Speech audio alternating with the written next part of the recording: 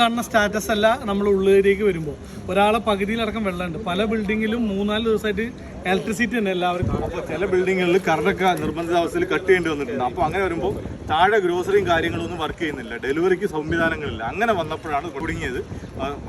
അത്യാവശ്യം നല്ല നിലവാരമുള്ള ആൾക്കാരാണ് ഈ ഏരിയയിലൊക്കെ താമസിക്കുന്നത്, മജാസ്, അബൂഷക്കാറുള്ള പോലുള്ള ഏരിയകൾ. പക്ഷേ ഈ ഒരു സിറ്റുവേഷനിൽ അവർ വളരെ പ്രയാസത്തിലായിരുന്നു. അപ്പോൾ നമ്മളെ കൊണ്ടൊക്കുന്ന കാര്യങ്ങൾ നമ്മൾ ചെയ്തിട്ടുണ്ട്. നല്ലൊരു ടീം വർക്കാണ് നമ്മൾ നടത്തിയത്. അപ്പോൾ ഇവരൊക്കെ അതിൻ്റെ ഭാഗമായിട്ട് വന്നതാണ്. ഒരു ബന്ധപ്പെട്ടൊരു കാര്യം പറയാനുള്ളത്, നമുക്കൊരു വലിയ ഖേദമുണ്ട്. നമുക്ക് മാത്രമല്ല മൊത്തം മലയാളികൾക്ക് ഒരു ഖേദമുണ്ട്. പണ്ട് നാട്ടിലൊരു നല്ല വെള്ളപ്പൊക്കമൊക്കെ വന്ന സമയത്ത് ഇവിടുന്ന് ഹെൽപ്പ് ഡെസ്ക് ഉണ്ടാക്കുന്നു, ഇവിടുന്ന് സാധനങ്ങൾ അയക്കുന്നു, ഒരുപാട് ഗ്രൂപ്പുകൾ ഉണ്ടാക്കുന്നു. പിന്നെ ഭരണകൂടത്തിനെ ചീത്ത വിളിക്കാൻ വരെ ഒരുപാട് ആൾക്കാരുണ്ടായിരുന്നു, മലയാളികൾ വിദേശത്ത് താമസിക്കുന്നത്. പക്ഷേ മലയാളികൾ മാത്രമല്ല, ഈ പ്രവാസികളായിട്ടുള്ള ഒരു വലിയ സമൂഹം ജീവിക്കുന്ന ഒരു സ്ഥലത്ത് ഇങ്ങനൊരു പ്രശ്നം ഉണ്ടായപ്പം സ്വന്തം വീടുകളിൽ നിന്ന് പോലും പലരെയും വിളിച്ചിട്ടില്ല എന്നാണ് പറഞ്ഞത്. എന്തായി, വെള്ളം കയറിയോ, നിങ്ങൾക്ക്